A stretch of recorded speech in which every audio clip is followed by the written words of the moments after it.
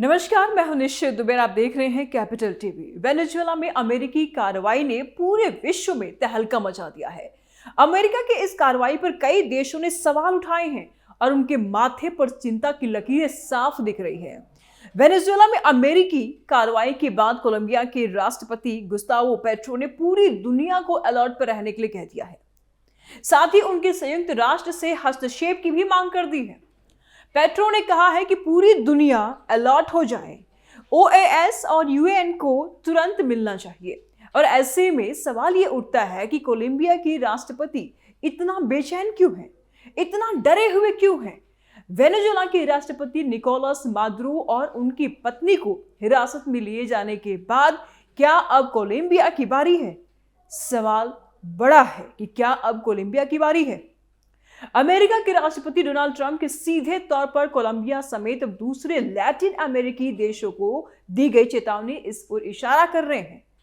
Trump ने साफ तौर पर कहा है कि अगर ये देश ड्रग्स बनाने और कार्टेल को पनाह देने से बाज नहीं आए तो उनके साथ भी यही हश्र होगा। सीधा चेतावनी है। राष्ट्रपति ट्रंप ने कहा कि जरूरत पड़ने पर इस क्षेत्र में अमेरिका और ऑपरेशन कर सकता है। अमेरिकी सेनाएं इस क्षेत्र में तैनात है। अमेरिका का वेनेजुएला पर बैन। बता दें आपको कि अमेरिका लंबे समय से वेनेजुएला के तेल क्षेत्र पर बैन लगाया हुआ था और साथ ही वहां के राष्ट्रपति मादुरो के नेतृत्व पर भ्रष्टाचार और कुव्यवस्था का आरोप लगा था, जिसकी वजह से वहां की अर्थव्यवस्था कमजोर हुई और बड़े पैमाने पर लोगों ने देश छोड़ा। इसके साथ अमेरिका ने शनिवार को वेनेजुएला में एक सैन्य अभियान चलाया और इस दौरान वेनेजुएला के राष्ट्रपति निकोलस मादुरो और उनकी पत्नी को हिरासत में लिया गया। ट्रंप का कोलंबिया के राष्ट्रपति पर बैन। ऐसे में सवाल यह भी उठता है कि क्या डोनाल्ड ट्रंप ने कोलंबिया के राष्ट्रपति गुस्तावो पेट्रो पर भी प्रतिबंध लगाया हुआ है? तो जवाब है हां। अमेरिकी वित्त विभाग के बयान के अनुसार ट्रंप ने दोनों देशों के बीच बिगड़ते द्विपक्षीय संबंधों के बीच यह फैसला किया है। अमेरिका ने पेट्रो पर ड्रग कार्टेल को फलने फूलने की अनुमति देने का आरोप लगाया है। साथ ही नशीली दवाओं के उत्पादन पर रोक लगाने को लेकर भी दबाव बनाए हुए हैं। अमेरिकी वित्त मंत्री ने कहा कि राष्ट्रपति पेट्रो ने ड्रग कार्टेल को फलने फूलने दिया है और इस गतिविधि को रोकने से इनकार किया है। एक न्यूज एजेंसी की रिपोर्ट के अनुसार पेट्रो की पत्नी वेरोनिका अल्कोसर, उनके सबसे बड़े बेटे निकोलस पेट्रो और कोलंबिया के गृह मंत्री अरमांडो बेनेडेटी पर राष्ट्रपति पेट्रो को सहायता, सम्मान और सेवाएं प्रदान करने और उनकी कोशिश करने का आरोप है। इन सभी व्यक्तियों की सभी संपत्तियां जो भी अमेरिका में हैं या अमेरिकी व्यक्तियों के नियंत्रण में हैं, उस पर रोक लगा दी गई है। अमेरिका बड़ा सनकी किस्म का है।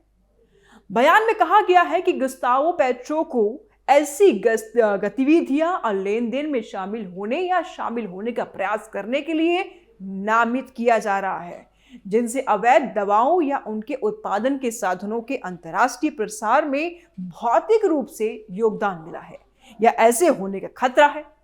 वहीं अमेरिकी प्रतिबंधों के जवाब में कोलंबियाई विदेश मंत्रालय ने कहा है कि यह आरोप अत्यंत गंभीर है, बहुत सीरियस है ये मामला, जो राष्ट्रपति की गरिमा के विरुद्ध है। और इसके साथ ही विदेश मंत्रालय ने कोलंबियाई क्षेत्र में अवैध रूप से हस्तक्षेप करने और इस प्रकार अंतर्राष्ट्रीय कानून और कूटनीति के मानदंडों का उल्लंघन करने का प्रयास करने के लिए वॉशिंगटन की कड़ी आलोचना की है। दुनिया हो जाए अलर्ट। ऐसे में सवाल ये उठता है कि क्या सनके हुए ट्रंप से क्या और भी देशों को खतरा है? सवाल तो यही उठता है ना, जो स्थिति चल रही है। परिस्थितियां तो यही बता रही है, साफ साफ ही संकेत दे रही हैं। इधर वेनेजुएला में अमेरिकी कार्रवाई के बाद कोलंबिया के राष्ट्रपति गुस्तावो पेट्रो ने दुनिया को अलर्ट पर रहने के लिए कह दिया है। साथ ही उन्होंने संयुक्त राष्ट्र से हस्तक्षेप की भी मांग कर दी है। तो क्या सच में पूरे विश्व को खतरा है? पेट्रो ने कहा है कि पूरी दुनिया अलर्ट हो जाए, ओएस और यूएन को तुरंत मिलना चाहिए। कोलंबिया संयुक्त राष्ट्र सुरक्षा परिषद यानी कि यूएनएससी का सदस्य है और इसे तुरंत बुलाया जाना चाहिए। वेनेजुएला के खिलाफ हमले की अंतर्राष्ट्रीय वैधता तय करे। अमेरिका ने वेनेजुएला में ग्राउंड ऑपरेशन की संभावना के बारे में चेतावनी दी थी। दबाव बनाने के लिए अमेरिकी राष्ट्रपति ने वेनेजुएला पर बैन बढ़ाए थे, इलाके में अमेरिकी सेना की मौजूदगी बढ़ा दी और कैरेबियन और पैसिफिक में जहाजों पर ड्रग ट्रैफिकिंग का आरोप लगाया। कैरेबियन सागर में कुछ समय में अमेरिकी सेना की कार्रवाई की जानकारी भी सामने आई थी। अमेरिका का ऐसे आक्रमण का लंबा इतिहास ये पहली बार नहीं है। जी हां, ये पहली बार नहीं है जब अमेरिका ने ऐसे किसी देश पर हमला किया हो, पहली बार नहीं है। हाल के दशकों की अगर हम बात कर लें तो अफगानिस्तान मत भूलिए, इराक क्यों भूल रहे हैं वो भी मत भूलिए। अफगानिस्तान और इराक के अलावा उसके ऐसे आक्रमण का लंबी लिस्ट है, एक एक करके बताएंगे, ठहरिएगा, वीडियो को अंत तक देखिए। एक लंबा इतिहास रहा है अमेरिका का। ट्रंप ने वेनेजुएला पर बैन बढ़ाया और इलाके में अमेरिकी सेना की मौजूदगी बढ़ाई, साथ ही कैरेबियन और पैसिफिक में जहाजों पर ड्रग ट्रैफिकिंग का आरोप लगाया। कैरेबियन सागर में बीते समय में अमेरिकी सेना की कार्रवाई की जानकारी भी सामने आई थी, बीच बीच में छुटपुट इंफॉर्मेशन मिल रहे थे। पिछले 2-2.5 दशक की ही बात कर लें, अगर बहुत ज्यादा दूर नहीं जाते हैं, तो अमेरिका ने 2001 में अफगानिस्तान, 2003 में इराक पर आक्रमण किया और इसके अलावा अमेरिका ने बलों की स्थिति, समझौते और विदेशी आंतरिक रक्षा की एक नई नीति के जरिए अफ्रीका और एशिया में अपनी सैन्य उपस्थिति का भी विस्तार किया है। वर्ल्ड ट्रेड सेंटर पर हमले के बाद हमलावर हुआ अमेरिका। अमेरिका अपने दुश्मनों को दुनिया के किसी भी कोने से ढूंढ करके निकालने और बदला लेने के लिए जाना जाता है। 2001 में 11 सितंबर को वर्ल्ड ट्रेड सेंटर पर हमले के बाद तो ये रफ्तार और बढ़ गई। तत्कालीन राष्ट्रपति जॉर्ज डब्ल्यू बुश के नेतृत्व में अमेरिका और नाटो ने आतंकवाद के खिलाफ वैश्विक युद्ध शुरू किया। पारंपरिक जमीनी हमलों के साथ साथ आतंकवाद के खिलाफ युद्ध में अमेरिकी सेना और खुफिया समुदाय ने अपनी युद्ध क्षमता को और विकसित किया, जिसके तहत अफगानिस्तान, पाकिस्तान, यमन, सोमालिया सहित अनेक देशों में संदिग्ध आतंकवादी समूहों और उनके नेतृत्व के खिलाफ विशेष अभियान चलाकर के ड्रोन, मिसाइल से हमले किए गए। अमेरिका अघोषित युद्ध के लिए भी जाना जाता है।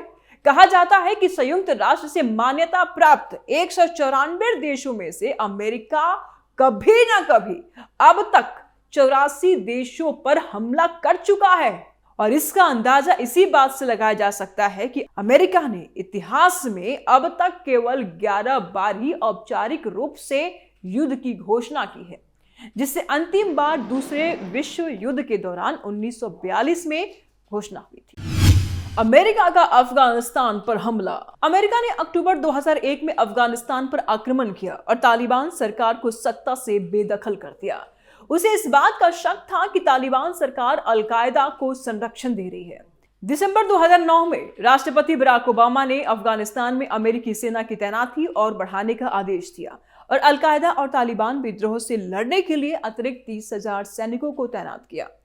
2021 तक वहां अमेरिकी और नाटो के आतंकवाद विरोधी और विद्रोह विरोधी अभियान जारी रहे। इसके बाद तालिबान ने देश से अमेरिकी नेतृत्व में हुई बातचीत के बाद वापसी के दौरान अफगानिस्तान पर फिर से नियंत्रण कर लिया। अफगान युद्ध में 2400 से अधिक अमेरिकी, 18 CIA एजेंट, 1800 से अधिक नागरिक मारे गए थे। यह यूएसए के इतिहास का सबसे लंबा युद्ध बन गया, जो 19 साल और 10 महीने तक चला। अमेरिका के इसमें $2 ट्रिलियन से अधिक खर्च भी हुए। हालांकि ऑपरेशन एंड्यूरिंग फ्रीडम आमतौर पर अफगानिस्तान युद्ध के 2001 से 2014 तक चरण को संकेत करता है कि यह शब्द आतंकवाद के खिलाफ युद्ध के लिए अमेरिकी सेना का आधिकारिक नाम भी है और इसमें कई अधीनस्थ अभियान शामिल है, जिनके तहत आतंकवाद से लड़ने के नाम पर दुनिया भर के क्षेत्रों में अमेरिकी सैन्य बलों को तैनात किया जाता है।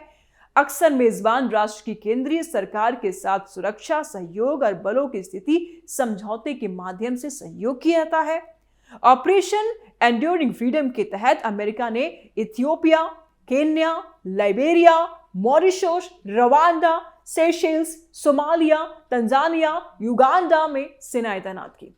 अल्जीरिया, बुर्किना फासो, कैमरून, चाद, माली, मेरिटानिया, मोरक्को, नाइजीरिया, सेनेगल और ट्यूनिशिया में भी अमेरिकी सेना तैनात की गई और यह OAF HOA अभियानों का समर्थन करता है। राष्ट्रपति बराक ओबामा ने बोको हराम आतंकवादी समूह के खिलाफ खुफिया निगरानी और टोही अभियान चलाने के लिए अक्टूबर 2015 में कैमरून में 300 अमेरिकी सैनिकों को तैनात किया। फ्रांसीसी आतंकवाद विरोधी प्रयासों का समर्थन करने के लिए अमेरिकी सेना ने 2013 में नाइजर में हस्तक्षेप किया। 2017 अक्टूबर में नाइजर में इस्लामिक स्टेट के एक हमले में 4 अमेरिकी विशेष अभियान सैनिक और 5 नाइजीरी नागरिक मारे गए और उस समय नाइजर में लगभग 800 अमेरिकी सैन्यकर्मी मौजूद थे। अमेरिका का इराक पर आक्रमण। 2003 में अमेरिका ने राष्ट्रपति सद्दाम हुसैन को गद्दी से हटाने के लिए इराक पर आक्रमण किया और उस पर कब्जा कर लिया। बुश प्रशासन ने सद्दाम हुसैन पर अलकायदा से संबंध रखने और सामूहिक विनाश के हथियार रखने का आरोप लगाया। इराक युद्ध के दौरान 4,400 से अधिक अमेरिकी और सैकड़ों हजारों इराकी नागरिक मारे गए। यह लड़ाई आधिकारिक तौर पर 18 दिसंबर 2011 को समाप्त हुआ।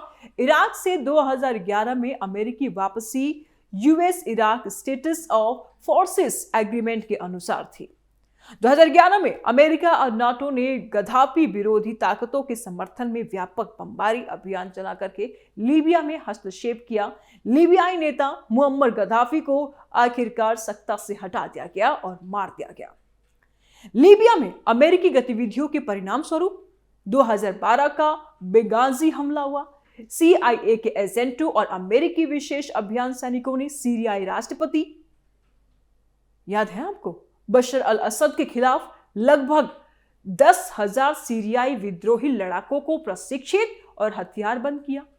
एक दशक से अधिक के गृह युद्ध के बाद बशर अल असद को आखिरकार दिसंबर 2024 में एक अप्रत्याशित विद्रोही हमले के बाद उखाड़ फेंका गया। हालांकि इसके बाद भी अमेरिकी सेना सीरिया में बनी रही। 2013 से 2014 के बीच में Islamic state of Iraq and the Levant यानी कि ISIL या फिर ISIS आतंकवादी संगठन का उदय हुआ। जून 2014 में ऑपरेशन इनहेरेंट रिजॉल्व के दौरान अमेरिका ने इराक में फिर से हमला किया। ISIL के खिलाफ हवाई हमले शुरू किए और इसके बाद सितंबर 2014 में सीरिया में ISIL पर और हवाई हमले किए गए। ओसामा बिन लादेन को पाकिस्तान में घुसकर मारा।